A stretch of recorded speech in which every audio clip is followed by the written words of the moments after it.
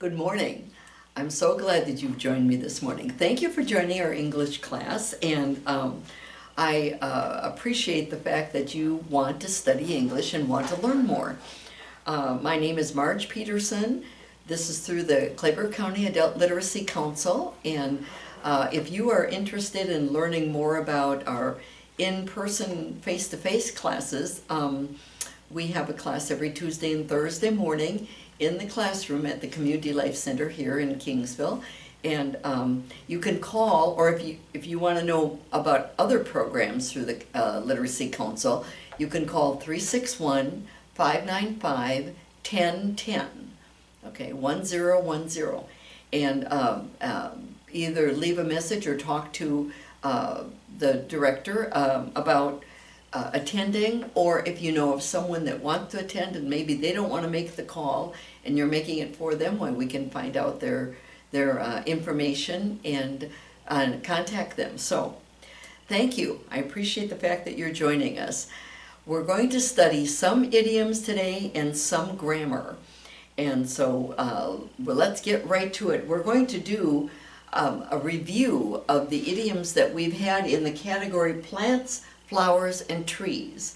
And if you have joined the last couple of video classes with me, we've had 5 of them in each one. And so I'll just kind of review these just kind of quickly because I'm going to give you a little quiz at the end of this. And of course, this isn't for a grade or anything like that, but it can help self-test you, okay? Hit the hay, go to bed. That's what it means, go to bed.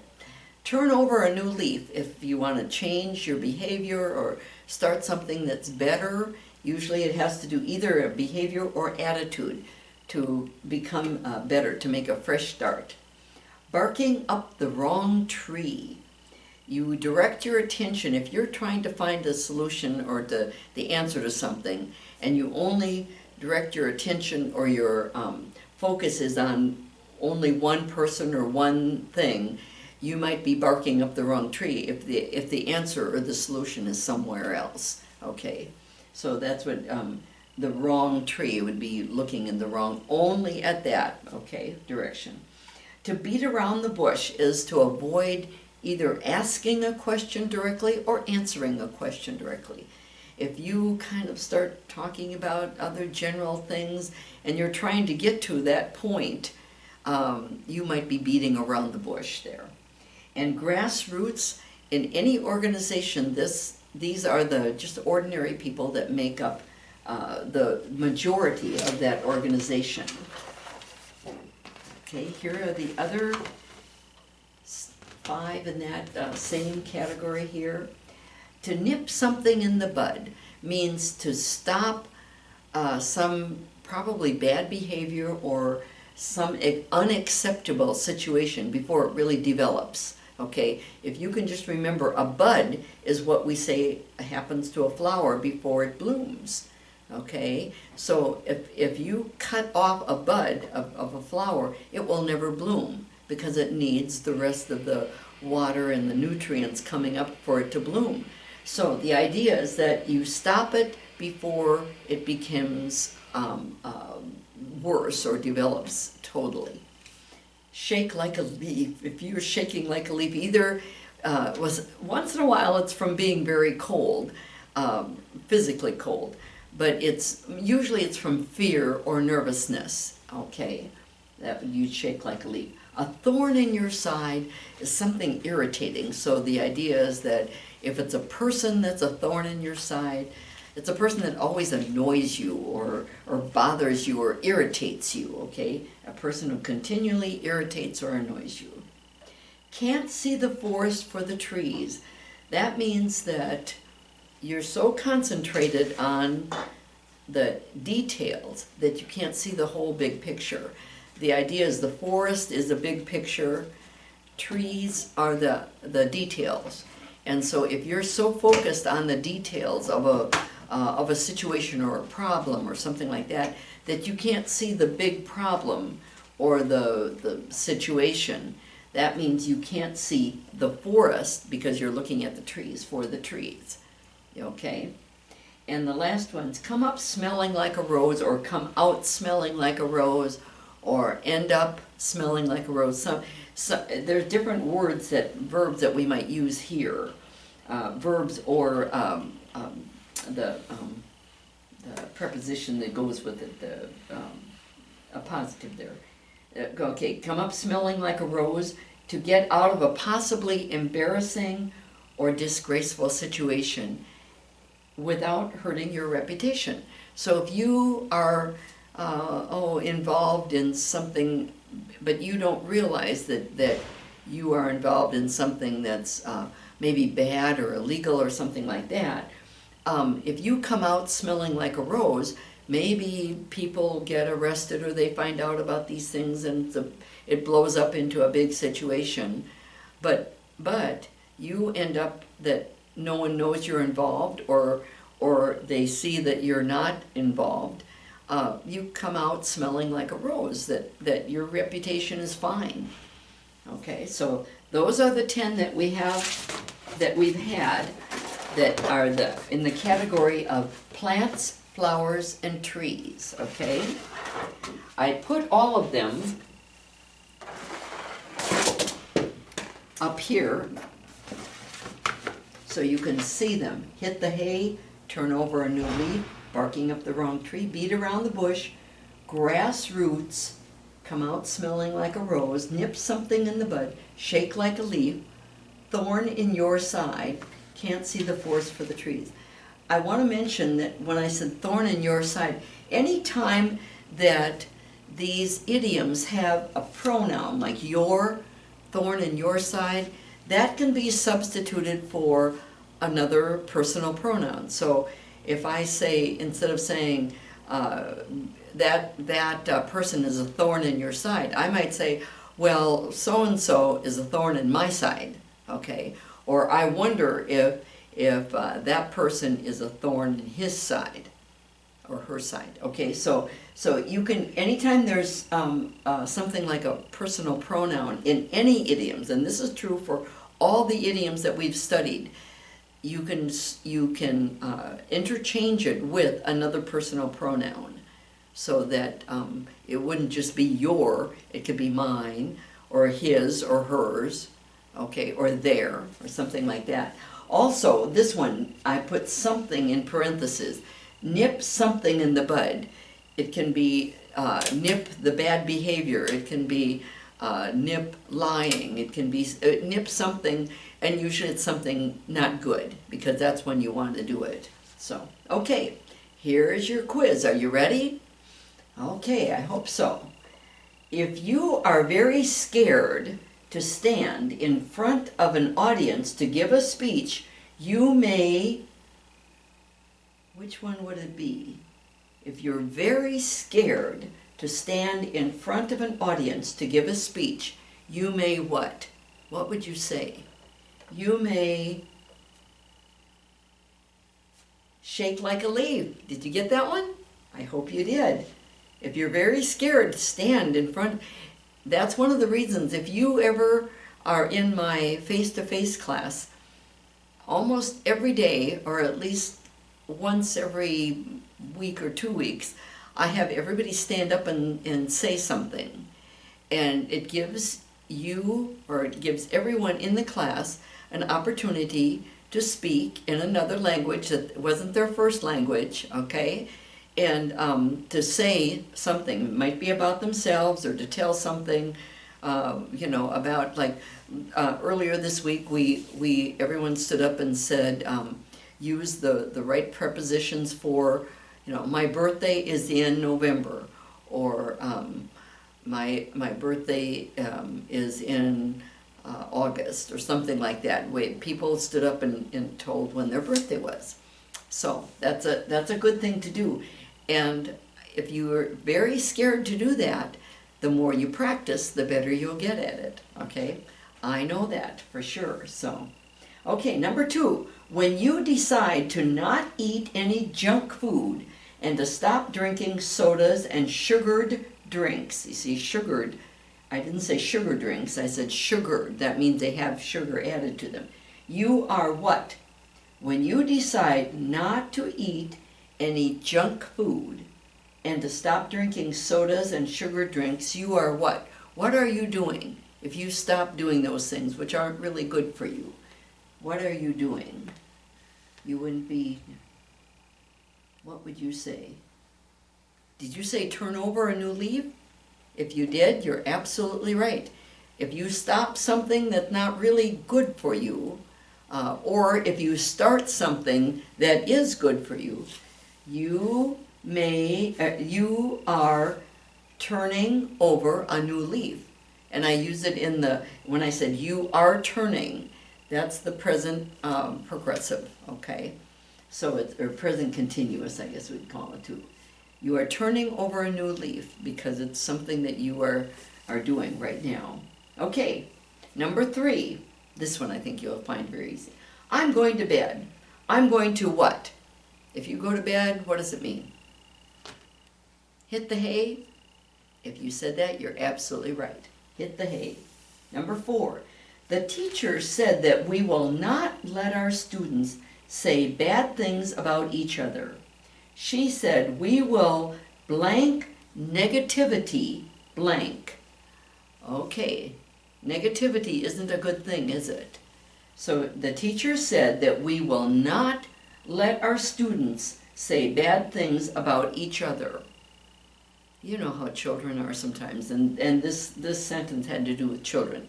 Sometimes they'll just say bad things to each other, you know, like, oh, you're so stupid, or you're something or other, and they won't be being kind to each other or building each other up, okay, which is a good thing. So the teacher said that we will not let our students say bad things about each other. And the teacher said, she said, we will blank negativity blank. What will we do to negativity? Beat around the bush now. We will nip negativity in the bud. Nip negativity in the bud.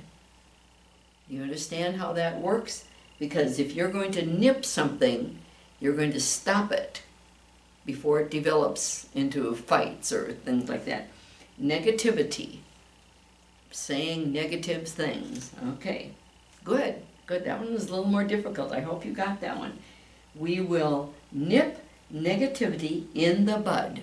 That's how you would use that. That negativity is the something that's up there. Okay? Number 5. If you want to say something important to your boss, oh, you want to say something important to your boss, you should say it directly and clearly and not what? You should say it directly and clearly and not what? What you do not want to, what do you think it should be? Beat around the bush. Did you say that one? Yes. If you want to say something important to your boss, and you don't want to take 10 minutes to say it, maybe your boss only has 5 minutes to talk to you, okay? So you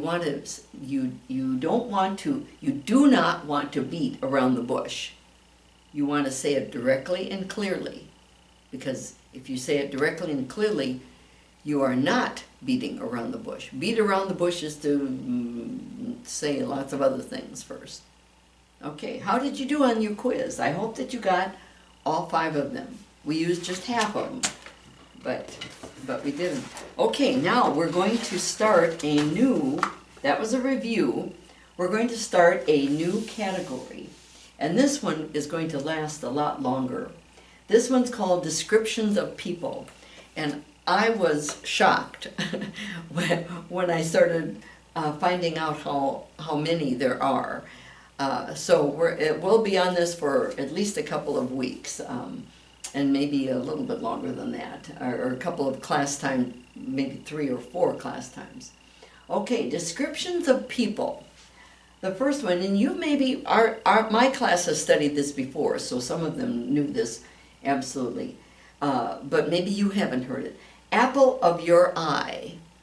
If someone is the apple of your eye, who is a person? Who is an apple of your eye? A person often a child, not always, but often, for whom you have great affection, someone who is greatly loved, treasured, and adored by you. So that if you say, oh, she's the apple of my eye, or if you're talking about someone else, you might say, I'm the apple of my father's eye, or something like that, you might say.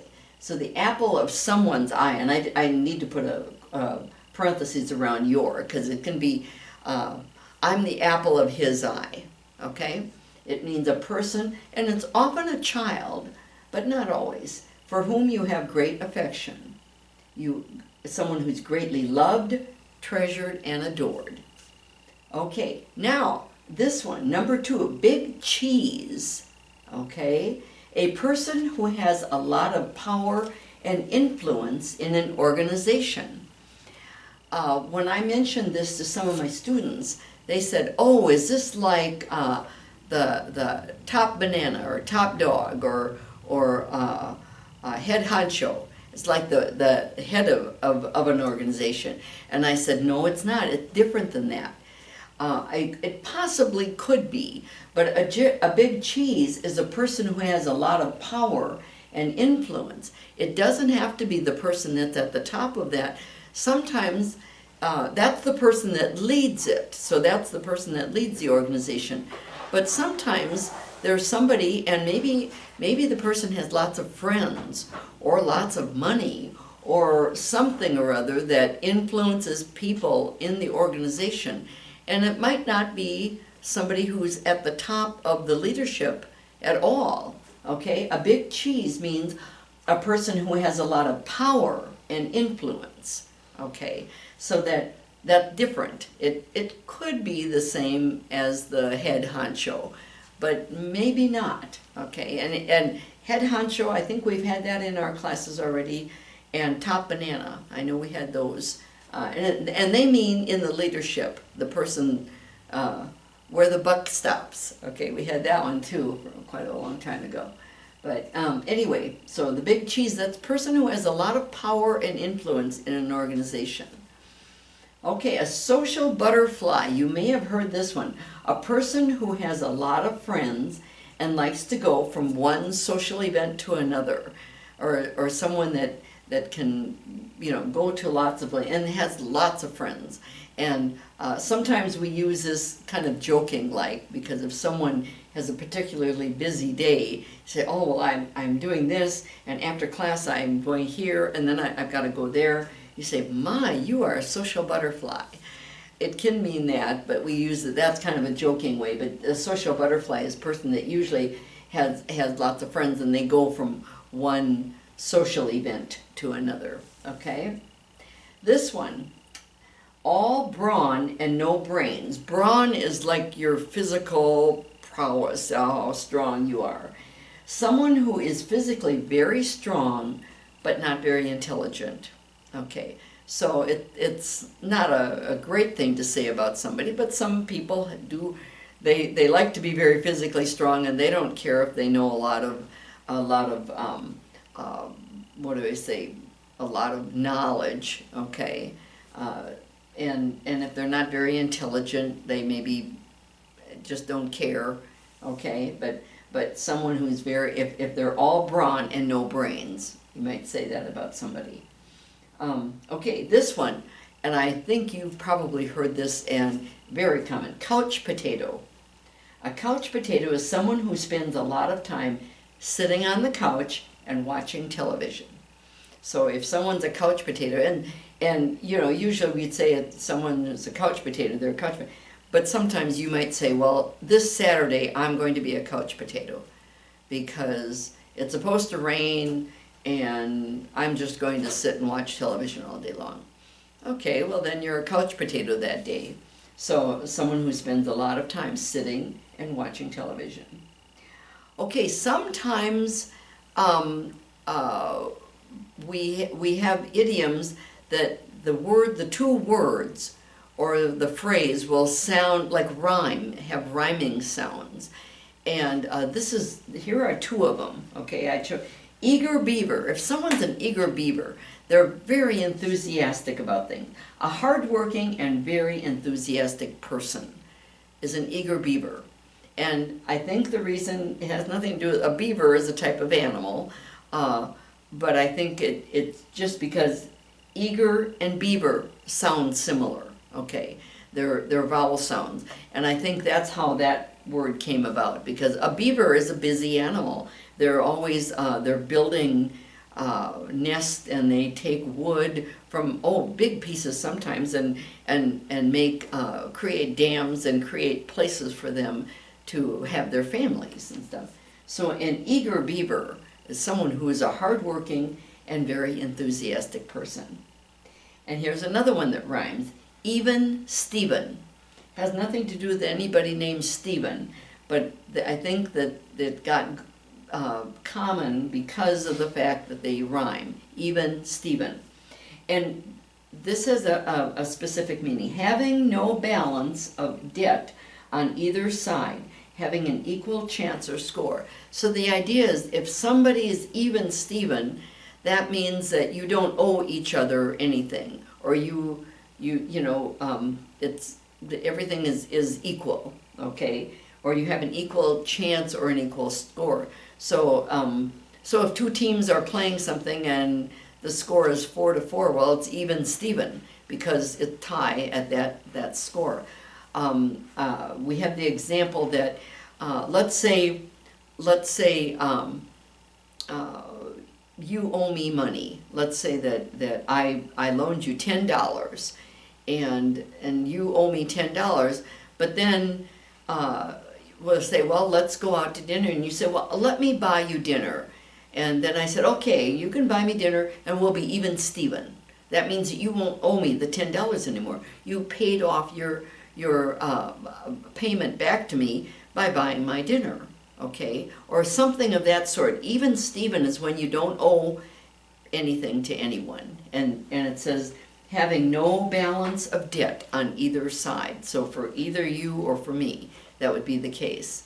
And or it also means having an equal chance or a score. So if you say that, well, if you're applying for a job, and you say, well, if so-and-so has, what do I say, more, or what are my chances of getting the job? That's what you would say. And you could say, well, it's even Steven with everyone else, because, maybe they required a certain experience, or required a certain amount of education or something like that, or training. So that if everyone has an even Steven chance, that means everyone has an equal chance. So, apple of your eye, big cheese, social butterfly, all brawn and no brains, a couch potato, an eager beaver, and even Steven. Those are all descriptions of people. And I hope that if you hear them, you will know, you will remember, or can refer back. And I hope that you've been writing these down as you go, because some are more common than others. That couch potato, I think I hear that every couple of days. Or the social butterfly. We joke around about that one. If somebody gets a lot of calls or something like that, then we might say, oh, they're such a social butterfly. So, okay.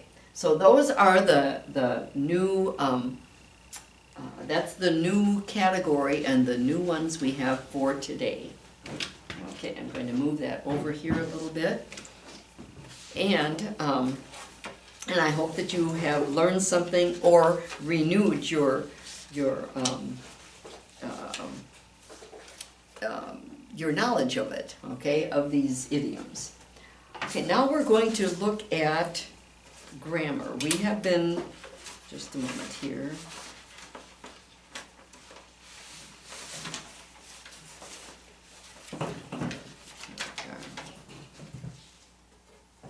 Okay. We have been doing past tense verbs, regular or irregular. And let's see, let me back up here for just a minute here and practice a little bit here. And I'm going to write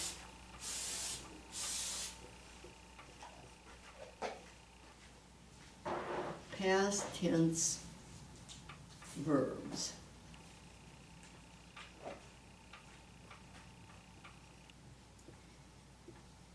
Okay. The regular ones, what do we do with regular ones? You add, generally we add ed. Sometimes it's just a d, sometimes it's just, but with regular past tense verbs, we add the ed most of the time, okay? And so if you have the word, it rained last night. Rain is a verb. It's also a noun. Okay, the rain came down. But if you're using it as a verb, you put rain and ed, rained. If you say walk, we walked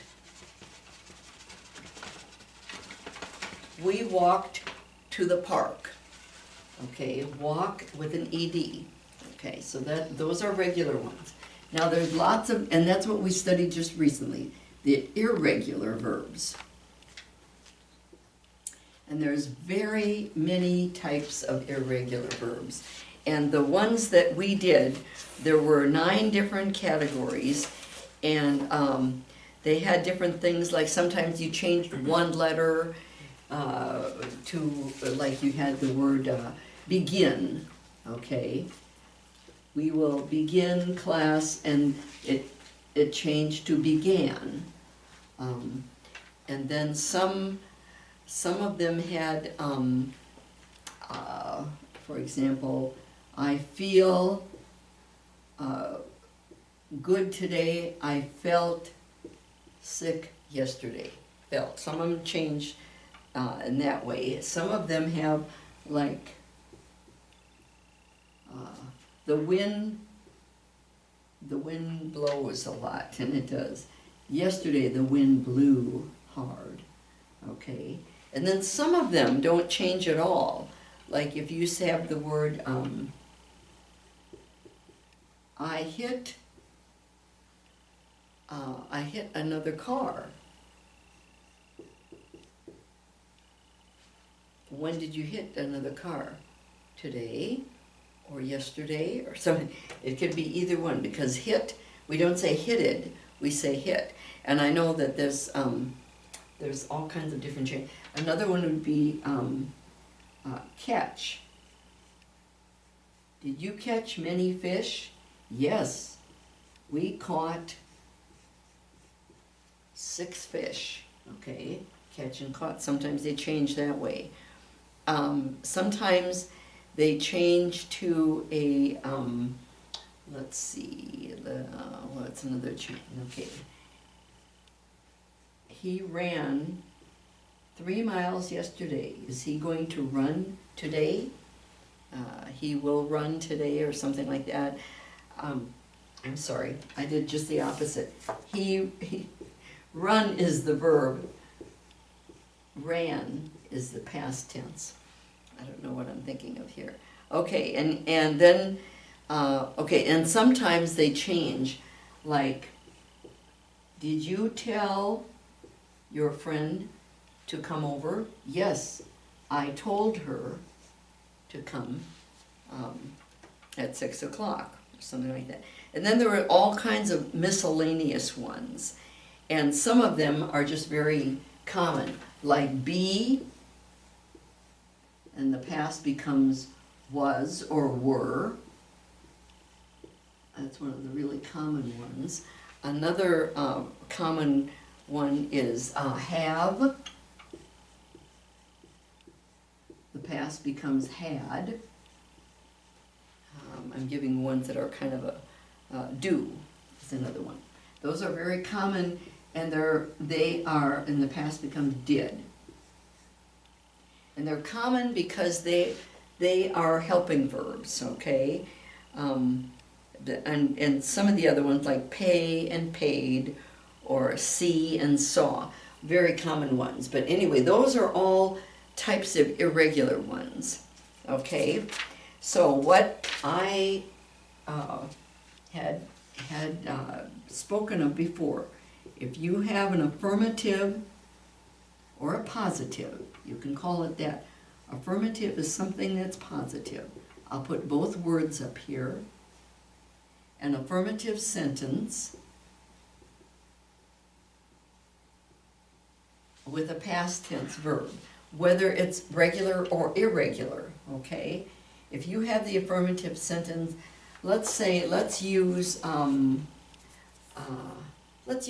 catch and caught, okay? I'm going to erase all of these right here because I need that space here, okay?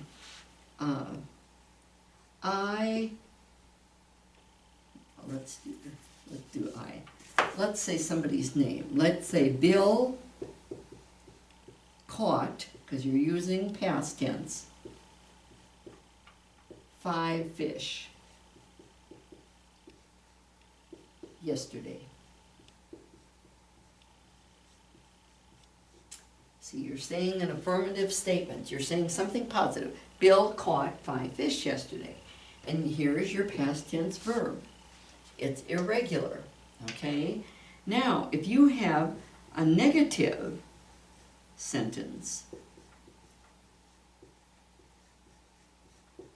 remember how we practiced this? And I think I asked some of you to write some sentences because it's a really good practice to do that. And I can't see what you're writing, but you could ask a neighbor or a friend or somebody else in your family or some other person that you know. And if you don't see anybody else that you feel comfortable with, you could ask your child's teacher even, if you tell them that you're studying English, okay?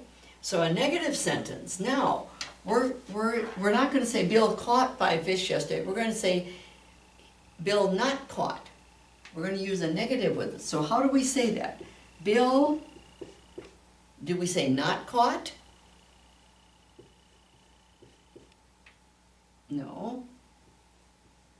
But this is what you're trying to, that idea is what you're trying to get. We use this. Bill did not. Now most people will understand that, yes, Bill did not. But then you've already used the past tense right here. You only use the past tense one time in the verbs, okay? Bill did not catch. Remember? We had the past tense verb. The past was, the regular form was catch and the past was caught. Let me put an arrow instead. So you want to say, instead of saying Bill did not caught, you want to say Bill did not catch, because there's the negative. 5 fish yesterday. Okay, do you see the difference? I hope that you're seeing the difference and that you're practicing it, because it just doesn't sound right. If you say to somebody, Bill did not caught 5 fish yesterday, well, they'll get the idea of what you mean, but it's not correct English, and for sure they will know that you didn't study this part of English, because it's an important part of the past tense in English. You do it with negative statements, and you also do the same thing with questions. When you ask questions in the past tense, so now you change this around. With a question, you also use a helping verb, just like did. Did Bill what? Here's your past tense, so you don't want to say caught. That's what you mean, but that's not what we're going to use. Did Bill catch 5 fish yesterday?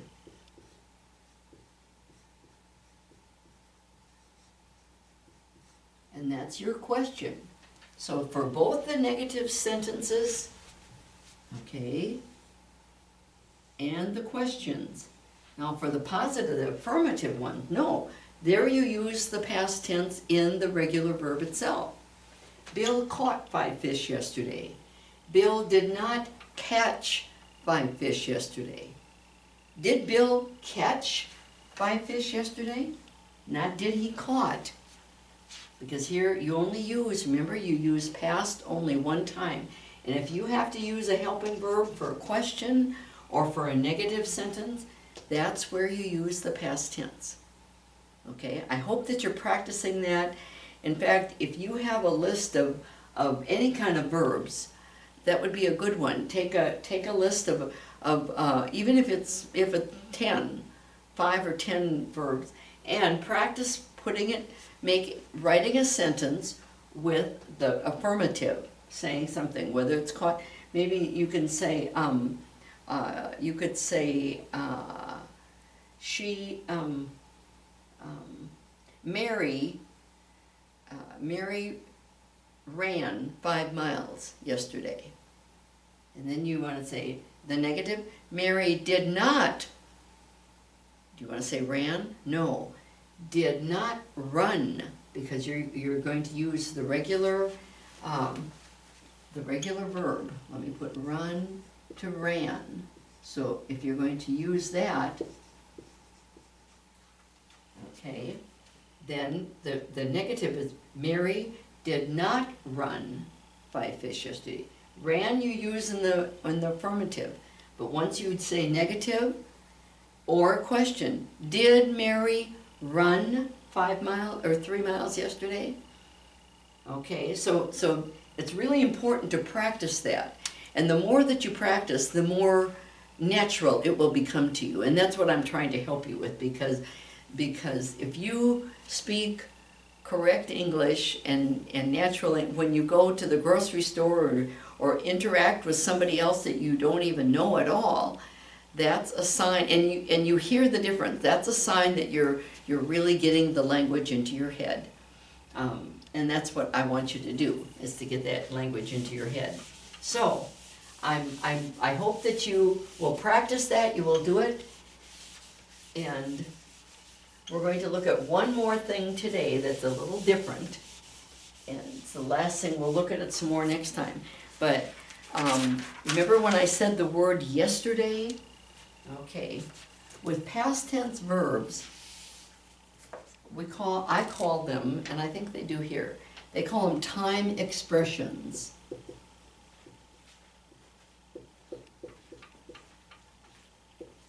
Sometimes they call them time markers.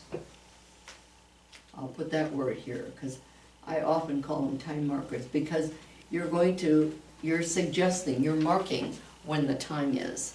Okay, so here, this is one very common, yesterday. But you can also use things like yesterday morning, Mary ran 5 miles, or you can say yesterday afternoon, because it's before now, okay? And you can say yesterday evening, but many times you can also say it's the same thing as last evening. I think most of the time I'll say, well, last evening, meaning the yesterday evening. That's what it means. But many times people, so they'll say last evening. Sometimes people will say last night. And of course, sometimes people use night and evening as interchangeable. Generally, evening would be until maybe 10 o'clock or something like that, and then we'd say the night. But sometimes people say last night we went to eat, and it might be 7 o'clock in the evening or something like that. But it's also anything, last week, last month, last year. And you notice how all of these are in the past, and that's why they call them time expressions. Okay, anything before now. Another one is an hour ago, because it's before now. I'll put these up here again. 2 days ago, or 4 days ago, something like that. And I'll put that like that so that you can know that that can change. 6 months ago, because you can also say, if you say ago, you're talking about past. A year ago, or 10 years ago. You can also say in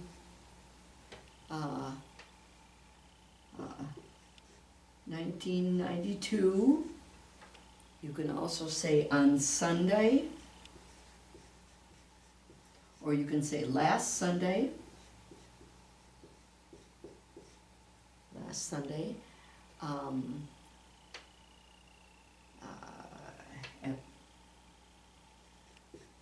You can say at 6 o'clock, or you can say the day before yesterday. These are all, do you see how all of these have to do with the past?